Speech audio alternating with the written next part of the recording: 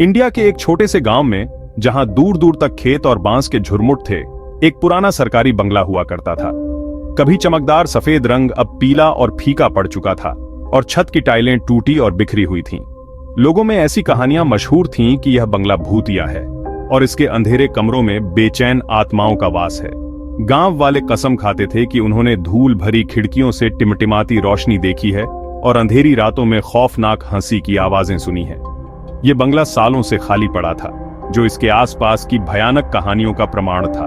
कोई भी सरकारी अधिकारी बंगले की भयानक खामोशी का सामना करने की हिम्मत नहीं करता था और पास के शहर से आना जाना पसंद करते थे। इसकी खंडहर हालत ने इसे और भी भयानक बना दिया था, जिससे यह भूतों की कहानियों का विषय बन गया। बंगला एक खामोश पहरेदार की तरह खड़ा था, जो अपने टूटते हुए अग्रभाग के नीचे छिपे रहस्यों की याद दिलाता था।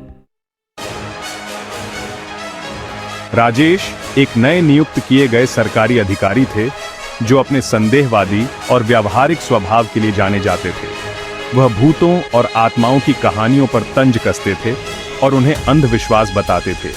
इसलिए जब उन्हें उस दूर दराज के गांव में पोस्टिंग के आदेश मिले, तो उन्होंने अपने साथियों द्वारा भूतिया बंगले के बारे में दी गई चेतावनियों पर ध्यान नहीं दिया। यह तो बस एक पुरानी इमारत है, उसने कंधे उचकाते हुए कहा था। मैं कुछ चूहे चमगादड़ से नहीं डरता। उन्हें क्या पता था कि उनके इसी संदेह की परीक्षा होने वाली है। एक टॉर्च, एक मच्छरदानी और दिल में अविश्वास भरे, राजेश एक शाम बंगले पर पहुंचे। ढलते सूरज की किरणें लॉन में लंबी भयानक परछाई बना रही थीं और पेड़ों के बीच एक ठंडी हवा चल रही थी। राजेश ने हिम्मत करके चरमराते हुए दरवाजे को खोला और अंदर कदम रखा। अंदर की हवा नमी और सड़न की गंध से भरी थी।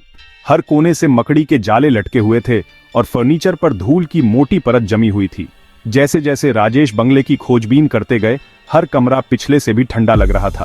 उन्होंने अजीब आवाजें सुनी, कागजों की सरसराहट, झंग लगे हुक से लटकी हुई एक विंड चाइम की हल्की सी आवाज और धीमी फुसफुसाहट जो दीवारों से ही आती हुई लग रही थी। उन्होंने हर आवाज को समझने की कोशिश की, लेकिन उनकी रीढ़ की हड्डी में एक सिहरन दौड़ गई। जैसे जैसे अंधेरा गहराता गया, बंगला अजीबोगरीब घटनाओं से जीवंत होता गया। उनके केरोसिन लैंप की टिमटिमाती रोशनी दीवारों पर नाचती हुई परछाई बना रही थीं, जो भयानक आकृतियां ले रही थीं, जिनसे उनकी रीढ़ की हड्डी में सिहरन दौड़ जाती थी। उन्होंने अपनी फाइलों पर ध्यान केंद्रित करने की कोशिश की, लेकिन कभी कभार पुरानी इमारत के चरमराने और कराहने की आवाजों के अलावा बंगले की भयानक खामोशी नर्वस कर देने वाली थी। जैसे ही राजेश नींद में उतर रहे थे, तभी उनके हाथ पर किसी ठंडी चीज के स्पर्श ने उन्हें जगा दिया। उनका दिल तेजी से धड़कने लगा और वह धीरे से मुड़े और कांपते हुए हाथों से अपनी टॉर्च खींचने की कोशिश की। तभी उन्होंने खिड़की से आती हुई धुंधली चांदनी में उसे देखा। सफेद साड़ी में एक महिला, जिसके लंबे काले बाल उसकी पीठ तक फैले हुए थे। उसका चेहरा बर्फ की तरह सफेद था और उसकी आंखें दो काले खाली गड्ढों की तरह थीं। वह उन्हें ऐसी तीव्रता से घूर रही थी कि उनकी रीढ़ की हड्डी में सिहरन दौड़ गया। राजेश डर के मारे लकवाग्रस्त हो गए थे, उनकी सांस अटक गई थी। वह चिल्लाना चाहते थे, भागना चाहते थे, लेकिन उनके पैर मानो जम गए हों। वह बस उस प्रेत को घूरते रहे। उनका दिमाग यह समझने की कोशिश कर रहा था कि उनकी आंखें क्या देख रही हैं।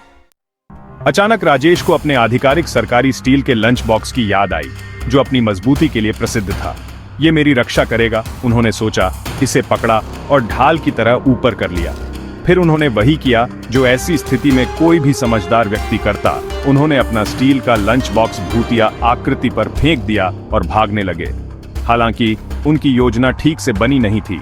वह धूल भरी फाइलों के ढेर पर फिसल गए और जोर से गिर पड़े।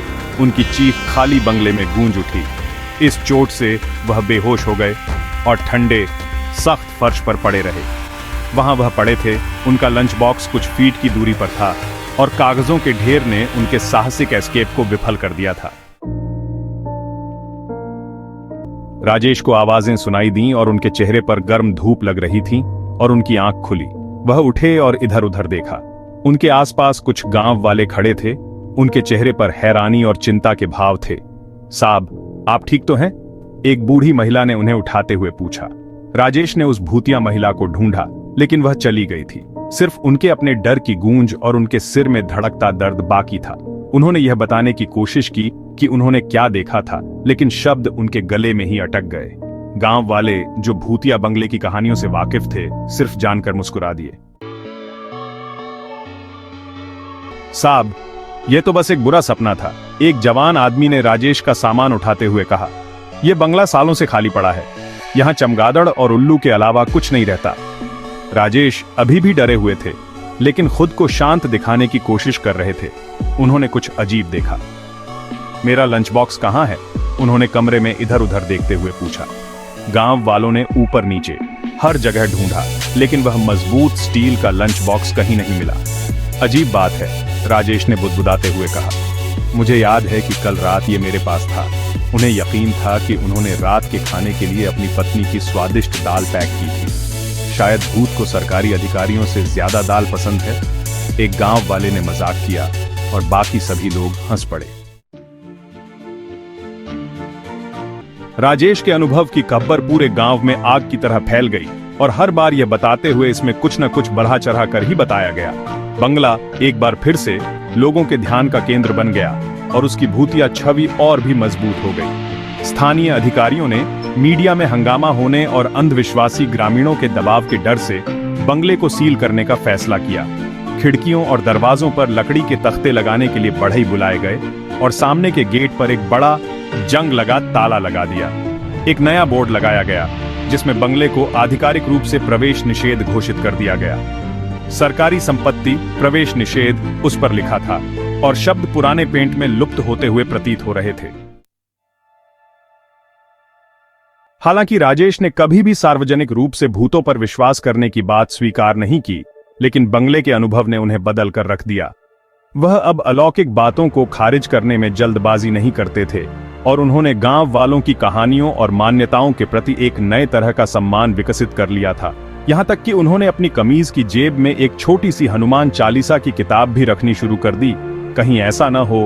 उनके सहकर्मियों को शुरू में तो उनके इस तरह अचानक बदल जाने पर मजा आया, लेकिन आखिरकार उन्हें उनकी इस आदत की आदत पड़ गई। आखिर वे क्या जज करते? उन्होंने कभी भी उस भूतिया सरकारी बंगले में रात नहीं बिताई थी। इस बीच गांव वालों के पास राजेश की कहानी का मजा लेने का एक और मौका था।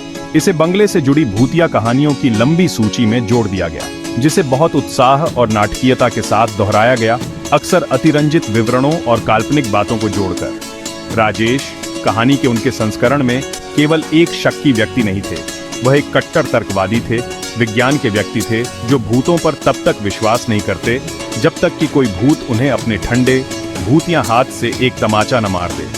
भूतिया महिला के साथ उनकी मुलाकात एक किंवदंती बन गई। उन सभी के लिए एक शिक्षाप्रद कहानी जो अलौकिक के अस्तित्व पर सवाल उठाने की हिम्मत करते थे। गायब लंच बॉक्स एक मजाक बन गया जो भूत की अजीबोगरीब भूख का प्रतीक था। वह भूतिया सरकारी बंगला वीरान पड़ा रहा, जो डर की ताकत और स्थानीय कहानियों की स्थायी प्रकृति का प्रमाण था। यह एक सख्त चेतावनी के रूप में खड़ा था कि कुछ रहस्यों को अनसुलझा छोड़ देना ही बेहतर होता है, कुछ दरवाजों को कभी नहीं खोलना चाहिए। और इस तरह उस भूतिया सरकारी बंगले की कहानी जीवित रही, जो पीढ़ी दर पीढ़ी सुनाई जाती रही, यह सुनिश्चित करते हुए कि बंगला रहस्य, साजिश और थोड़े से हास्य का स्थान बना रहे। जहां तक राजेश की बात है, उन्होंने अपनी सरकारी नौकरी जारी रखी, जो हमेशा के लिए उस भूतिया बंगले में बिताई गई रात से चिह्नित हो गई। उन्होंने उस अनुभव के बारे में फिर कभी बात नहीं की, लेकिन जब भी वह किसी पुरानी वीरान इमारत के पास से गुजरते थे तो उनकी रीढ़ की हड्डी में हल्की सी सिहरन दौड़ जाती थी, जो अलौकिक के साथ उनकी मुलाकात की याद दिलाती थी।